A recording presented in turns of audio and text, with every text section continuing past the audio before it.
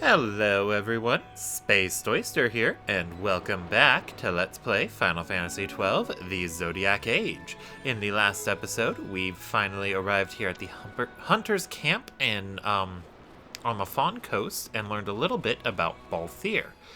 In this episode, we'll be moving on, but not before I show off a few new things. First and foremost is that since Balthier knows Esuna and Rise, I've decided to give him gambits set up to use those. Since Penelo won't have access to them, he'll be able to help out with status conditions. That and his main roles just sit there and get hit. We also picked up a new spell, Firaga. Oh, and I also picked up a bunch of new weapons and a few pieces of armor. Phon got a halberd, a new spear to help out with flying enemies. Balthier's got the ugly-looking diamond sword. Fran got a Francesca.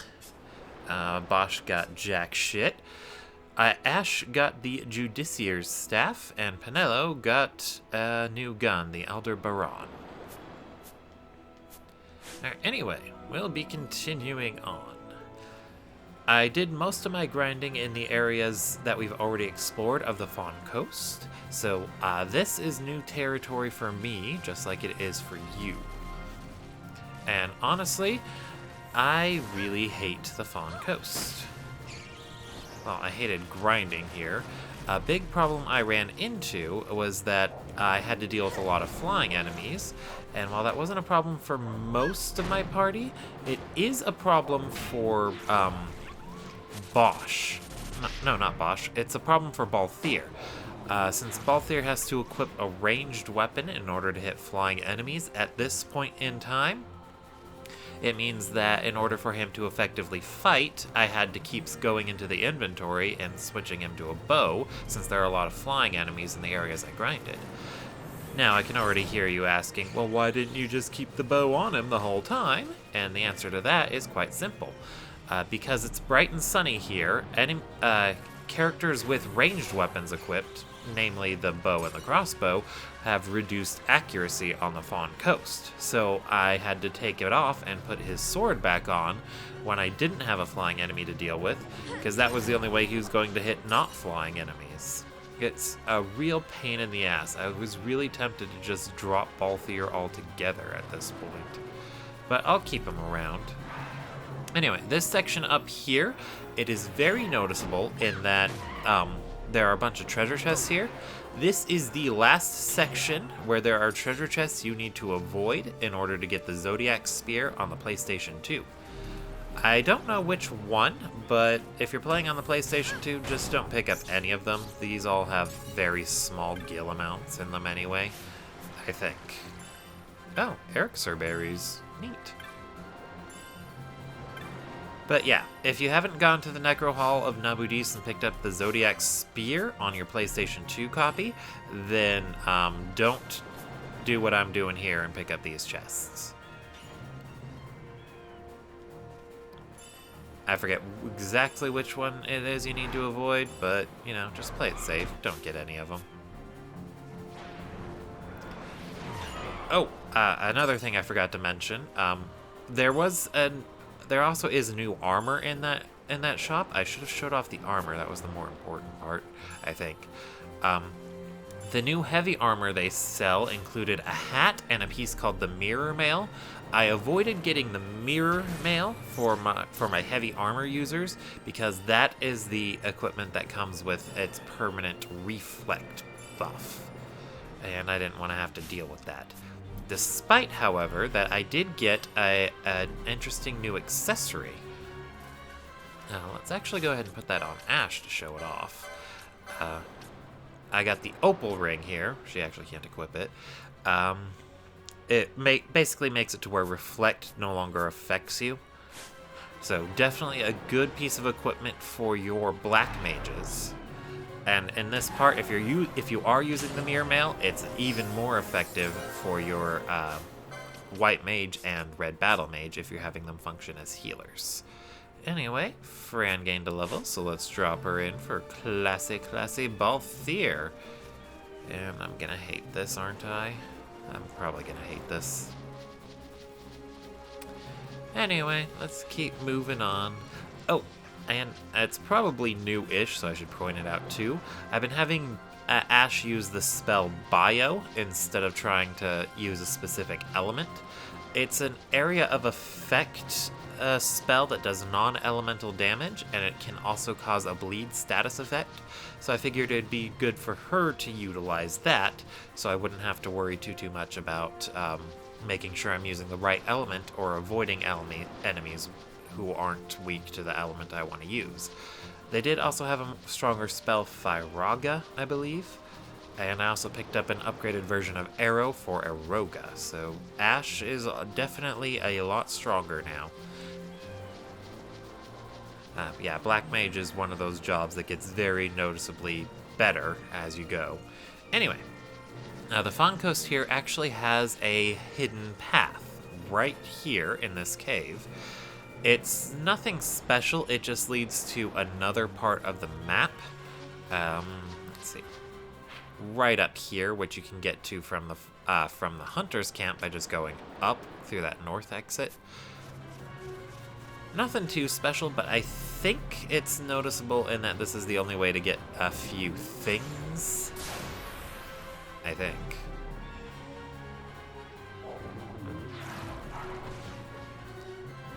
Weird that Pinello isn't getting closer. Anyway, I'm gonna try and stick to the right wall here.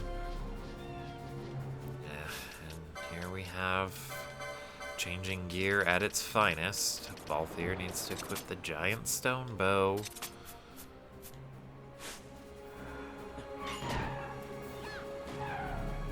Yeah, I cannot wait until I get telekinesis. Yeah, those bird enemies are particularly annoying in that they will try to run away when they get low on health. Oh, and the shields you can buy in the hunter's camp, they're a little bit noticeable in that they're the only shields that I know of that can block magic attacks. So that might be worth keeping equipped permanently, I'm not too sure. And then I did explore pretty much all of the Phon Coast before this part.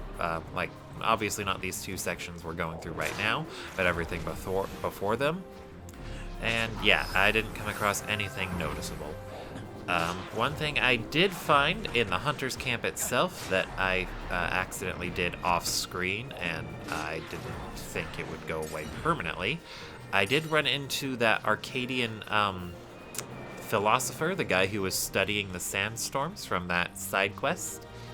I ran into him in the Hunter's Camp, and he just asks about how that whole situation went, and then you tell him, and then he's like, "Oh, good! I'm so happy to hear that," and then he leaves forever.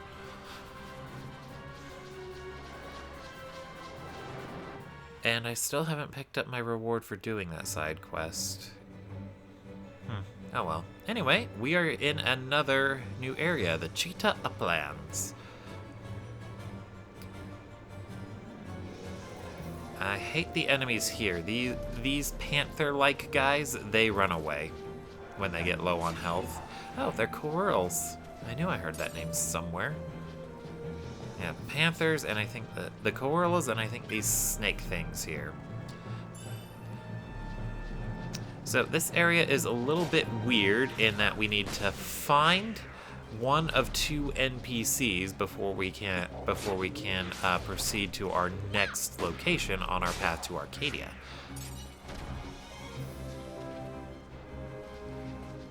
So let's get started with the explorations.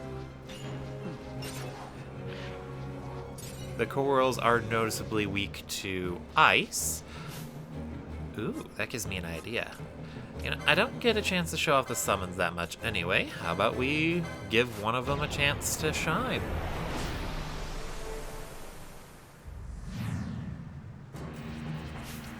Let's go, Mateus! Yeah, each of the espers, they're actually associated with one of the main elements, or not elements, but zodiac symbols. Mateus here is obviously Pisces, but what isn't so obvious is that Belias, the first Esper we got, he is actually Aries. Each of the Espers is tied to one of the zodiac signs, except for the strongest and last one. His name is just Zodiac. He isn't tied to any of them. They did change the Esper AI to focus more on healing, but they only focus on that healing when they don't have any enemies in range. I think they have some healing gambits that they'll use when they're being attacked, but otherwise they wait to use all of their stuff until there are no enemies around. It's a little bit annoying, and sadly we don't get to change any of their gambits.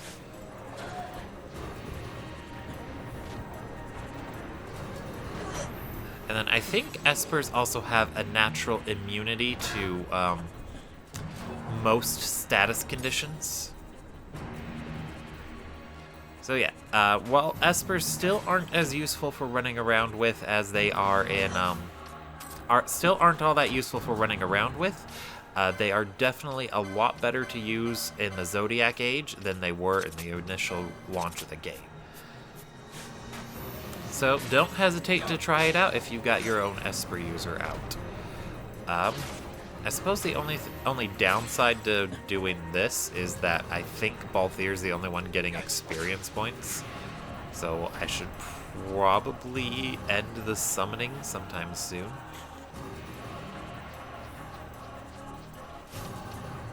Medius, man, what are you doing? And then a few of the Espers also come pre-equipped with buffs. Like Medius here, he has Libra already. Let's see. Yeah, just Libra. And looks like we're coming across a few exits. And you know what? I think I'm gonna actually go ahead and get rid of Medius here with his limit break. Or I should say their limit break. I'll try and find a chance to show off all of the Esper limit breaks as well as all the quickenings.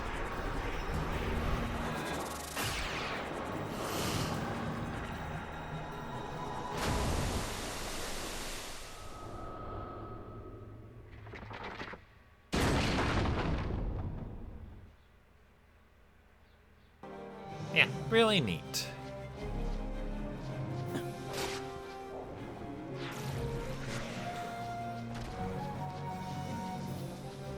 And since you can control each Esper, they are a bit more useful, but sadly that usefulness is, well, still limited since you have no control over their gambits.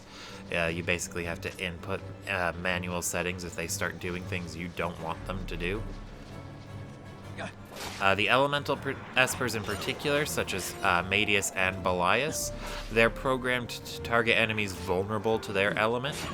And I don't think they'd be very good against elementals unless it's one that they can hurt with their magical attacks, because otherwise they'll just keep trying to use their own thing. But then you have to be careful about that because of the way the elements work. Like every element is a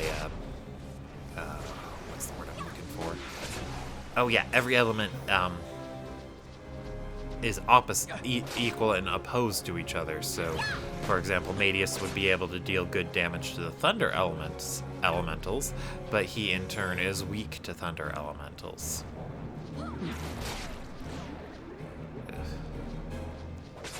I hate these Morbles, or Malboros. I'm gonna call them Morbles. I like Morble from Futurama. He's hilarious. So I'm gonna speed things up a bit. 93 gil. Alright, so we have 2 exit options. I'm going to take the one farthest to the south.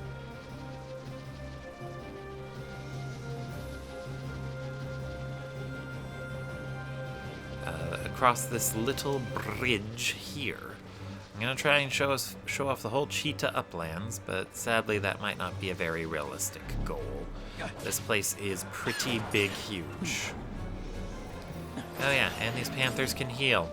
Very, very annoying. Sorry, coerce. I'm never gonna call them the right thing. ahead and slow things down a bit too. But I do like having Ashe spam bio. It's ended up being pretty useful overall, because if I run into too many enemies, then she's going to kick their asses.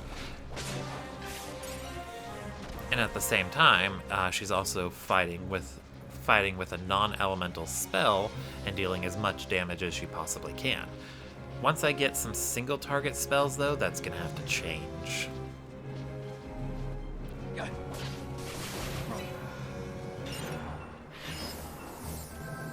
Okay, let's see.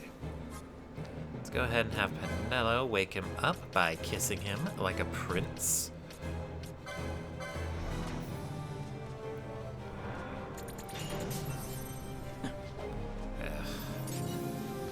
Haste is kind of annoying, or slow is kind of annoying, but we'll get over it. Yeah, sadly, slow cannot be cured with Asuna. I think you can either dispel it, or you just have to cast haste. Either way, really annoying. Actually, let's try that out, because if dispel works, then that's something Penelo can do to help combat it.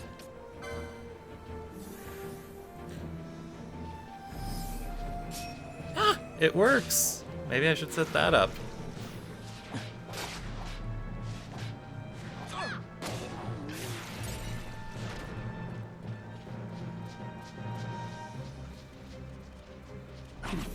You know, I can set that up off screen. Honestly, this episode's probably going to be dragging a lot anyway, since it's exploring a new area that I honestly don't have too much else to say about it.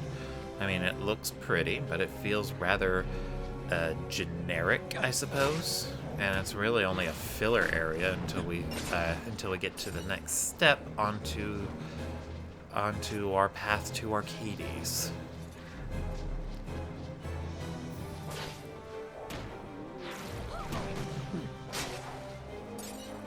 I think there is one noticeably big hunt here, but it's another worm-type enemy similar to Tiamat and the Elder Worm.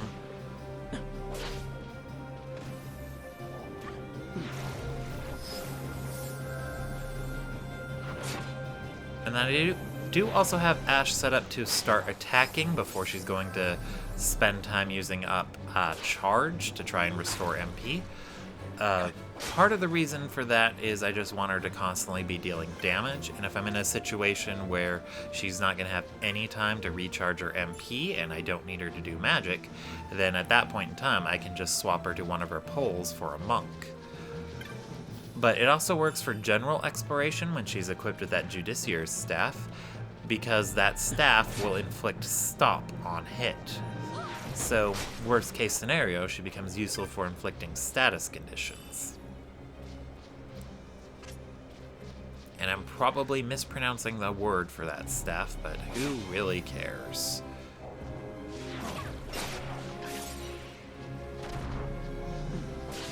But yeah, she definitely burns through her MP at this point.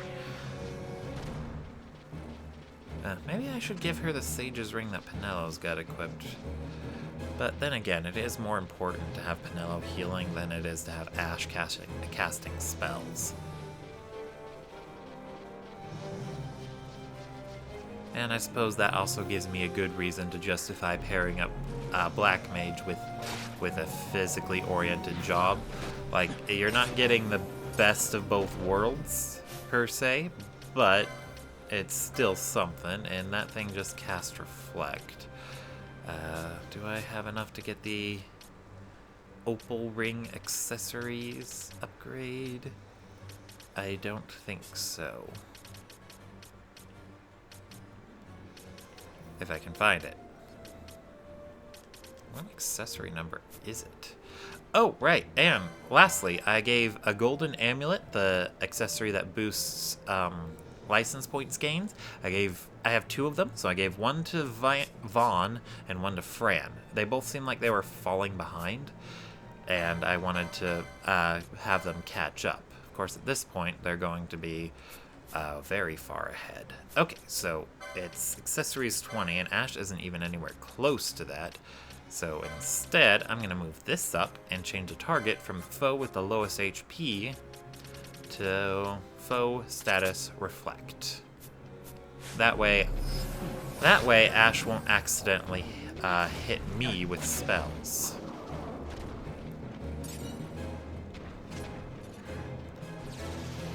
And since it'll be prioritizing hitting reflect over hitting anything with a specific magic attack, it'll definitely help out in the long run, hopefully.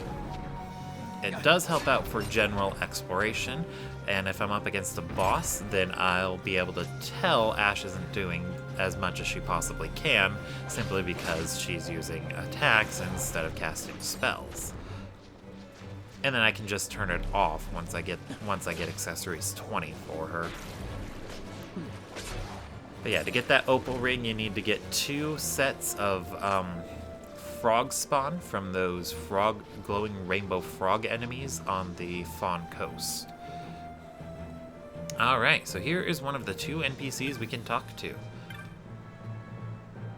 You're one of those Phon coast hunters, aren't you? Good, I've work for you. In a hurry, you see. Have to find my son, wherever he is. A terrible menace plagues the Sochin Cave Palace, calling hail hunters of all ages and races to deal with the scourge upon us. This is not an official bill, and it will not be listed in the clan premiere. Let's ask about it. Head east to a place known as the Highlands. From there, go north into the Fields of Eternity, where you'll find the entrance to Sochin. The menace you must defeat is within.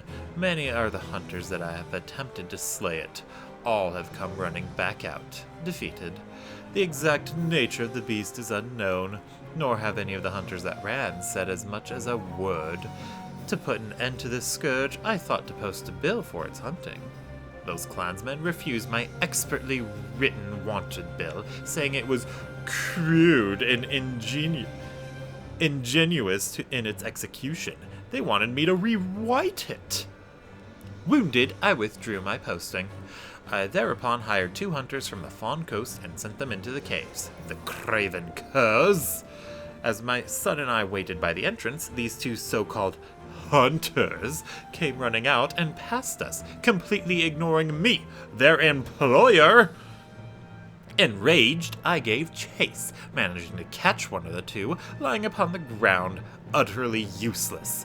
Worse, I was separated from my son. So went all until now. Understood? Very well. Now I will call my servants from Archades to search for my son, while you enter the caves. Use this key to access the chamber where this menace may be found. Off with you.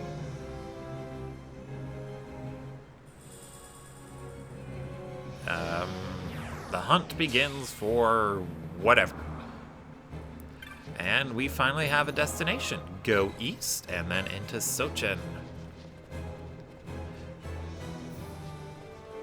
Yeah, we can either run into the father here, or I think the son is a bit farther to the north.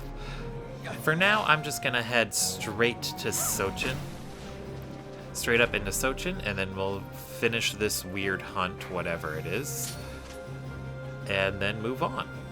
And despite the game giving you a big, giant warning that taking on this hunt has no benefit, it actually has quite a few.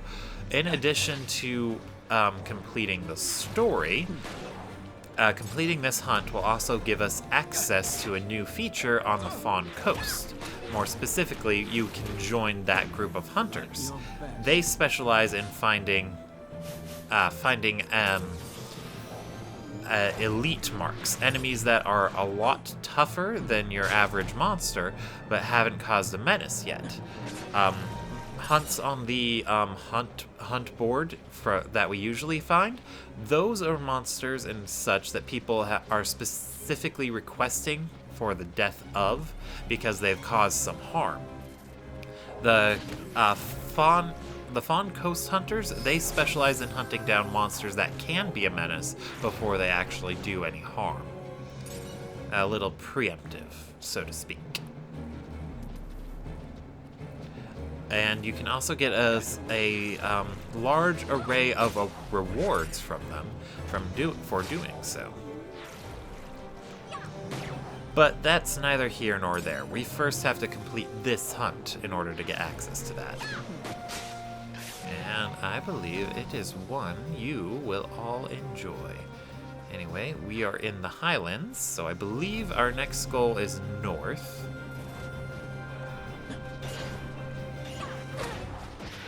Ha, you missed! Silence won't work on me.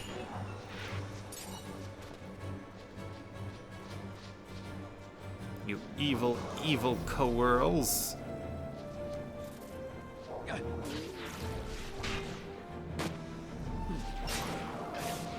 And I hope I did a good rich person voice for that guy. Like, he does have all the signs of a snooty rich person, but he's honestly not all that bad. I mean, he is prioritizing the safety of his kid over this hunt that he posted.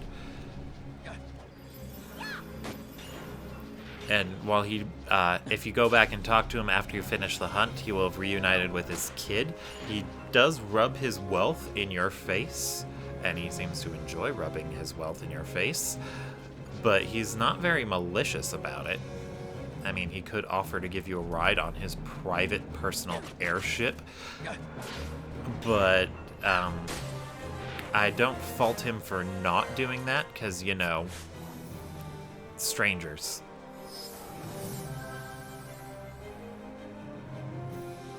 But still, he is a bit snooty about it. Anyway, time to bring in the fellas!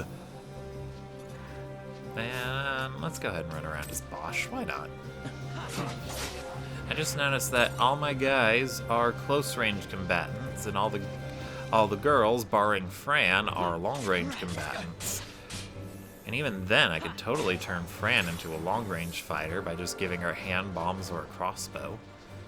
Neither of which I would really want to do, because I hate crossbows, and hand bombs would have all the same problems that axes do anyway. Plus, Fran's a tank, so I want her to stay close anyway.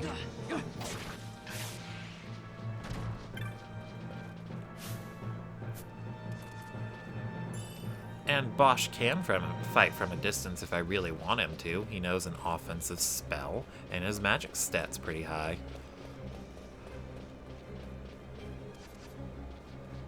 Anyway, I believe we're getting close to Sojin.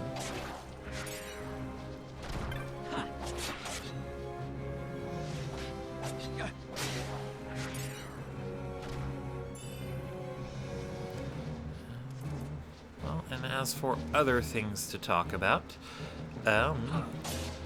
I really do wish I had done a lot more to prepare for this Let's Play, but the one I did before this, Shadow of the Colossus, that really did not take a lot of time at all, and especially considering its rather poor quality, it wasn't that tough either. I probably should redo that one. So I actually didn't have a lot of time to do prep work. And then on top of that, I didn't get advice on what type of prep work to really do until in the middle of this one. Now, suffice to say, it's been a rough trip. Although hopefully Final Fantasy XII has been turning out pretty well. I hope all you viewers out there are enjoying it as much as I've been enjoying making it.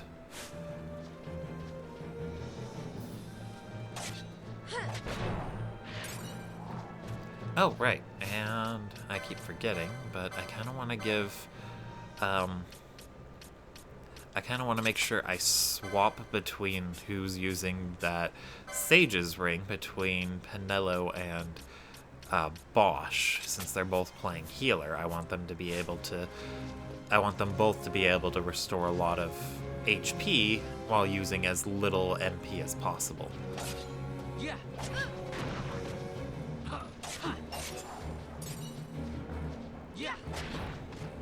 Still really, really disappointed that they made ninja swords a two-handed weapon. Like, I don't quite get it. It makes sense from a gameplay standpoint because because ninja swords are a high combo rate item, so you'd need some sort of trade-off for using them, and that trade-off is not being able to use a shield. But seriously, Phon is literally holding it in one hand. It does not require any effort on his part to strap a shield into his other hand. Blind Ga! Yeah, this is the point where we're starting to get our area of effect status conditions and buffs. Starting to, but since it's only the beginning, we're of course getting all the weak ones like Blindna instead of the good ones like Hastiga. And spoiler alert, Hastiga is a bitch to find.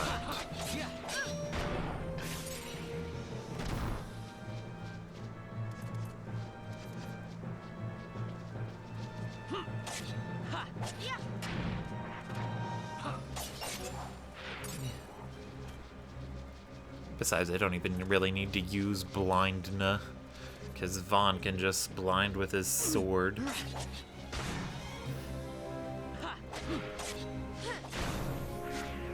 And I believe that is the entrance we are looking for.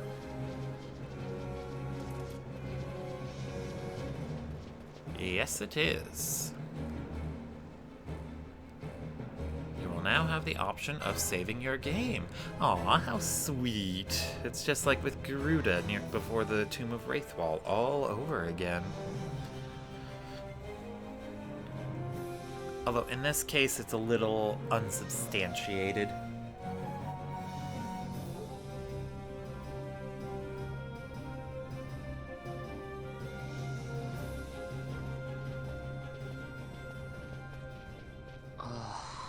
Hey, you sure this rabbit hole's really the way into Archades? Better a hare unseen than a rat in a trap. And again, if you'd prefer to go knocking on the front gates of the city, be my guest. But what about once we're inside? Won't the city watch find us? We'll do what we can to blend into the crowd. Our names may be notorious, but our faces are not far known. True, true.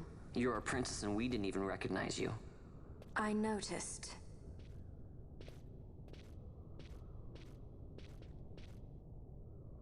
And there we got to see the tag-along kids providing a useful role within the narrative. That is to say, the straight man who doesn't know everything about the situation they're in and asks the important questions that the audience will need answered. Yes, the straight man is very obvious to notice in works of fiction, especially fantasy or sci-fi. Although in this case, Final Fantasy XII seems to be a bit more of, well, it seems to be a little less fantasy and a bit more sci-fi, but it seems to be light in both genres. Like, magic isn't given too much attention. Fran mentions she's good at magic at one point, and that's about it. On the whole, though, Final Fantasy XII is actually a bit weird in the entirety of Final Fantasy games. Like, a lot of them actually start in medias res, which is a Latin phrase, I believe. It means in the middle. It describes a situation where a story starts off, has its very opening scenes be something that happens later on in the story, and then after showing you that, it rewinds to let you experience how they got to that situation in the first place. Final Fantasy tends to use that a lot, or at least I think they do. I know 10 used in medias res, and so did 15.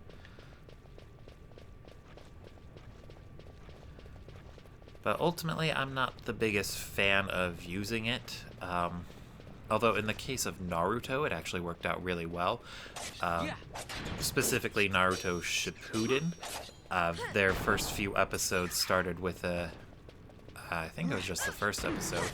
It started with an in medias res opening showing the part where Sakura, Naruto, and Sai finally caught up to Sasuke.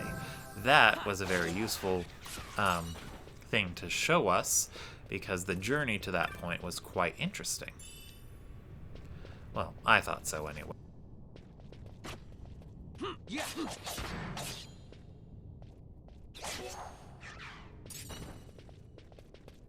And I guess 12 kind of uses it to a smaller degree, since Bosch did use a quickening early on in the tutorial, and we got to experience a little bit of taste of power with him and the NPCs in that tutorial.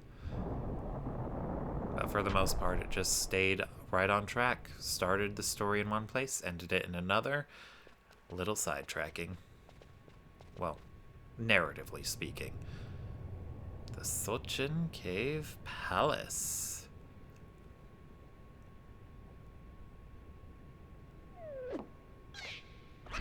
And here is our boss fight.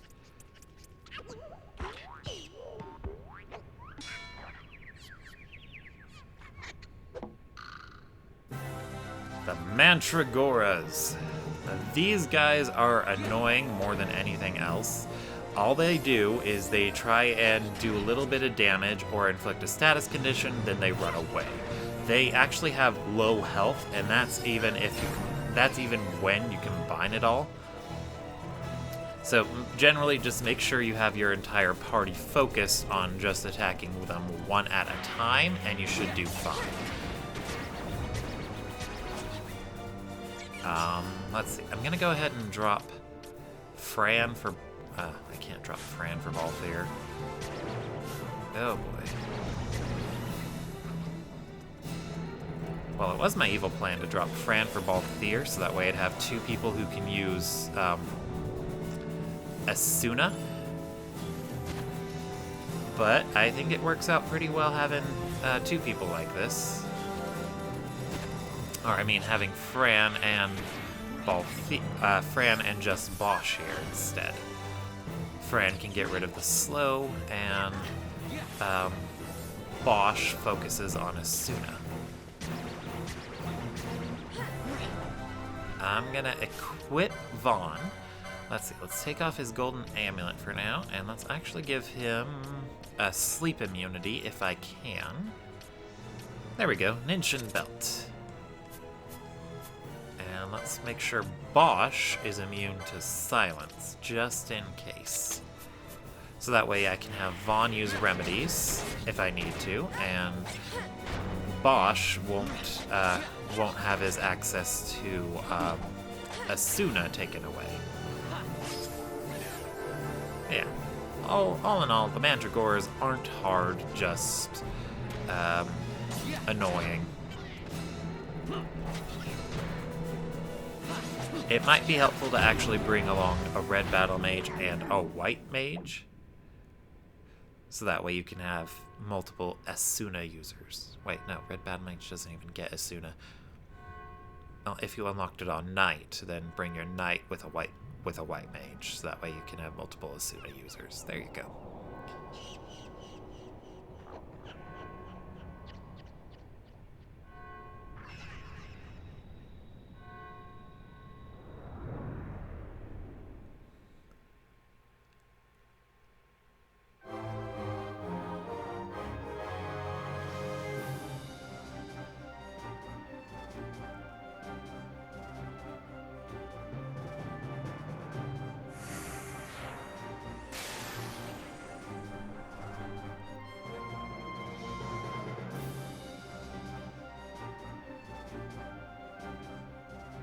Yeah, that was the Mantragoras. Not hard, just takes a little bit of time. And Phon, let's have you throw a remedy. Let's see if we can get rid of all those at once. There we go. Okay, I noticed a few items during the boss fight, so let's go ahead and pick those up. And then we'll continue through the Sochin Cave Palace. Just a little bit. There is a save crystal nearby, and I wanted to nab it real quick. And then we'll call that an episode. Dragged on a little bit long, but that was from me exploring the place right before this one. Probably a bit too thoroughly. Ooh, a Hastiga moat. Moats are always handy. Ooh. How generous of them. Oh wow. 2 healing traps in a row. You'd think there was something big coming up after the Mandragoras.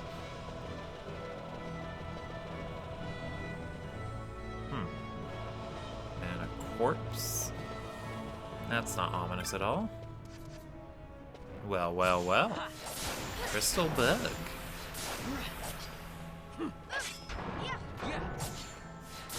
Last one we fought was green. I didn't think they would be smart enough to change their colors to the actual color. But it's dead and we get a save crystal now. Well, thank you all for watching. This has been Space Oyster, and I'll see you all next time.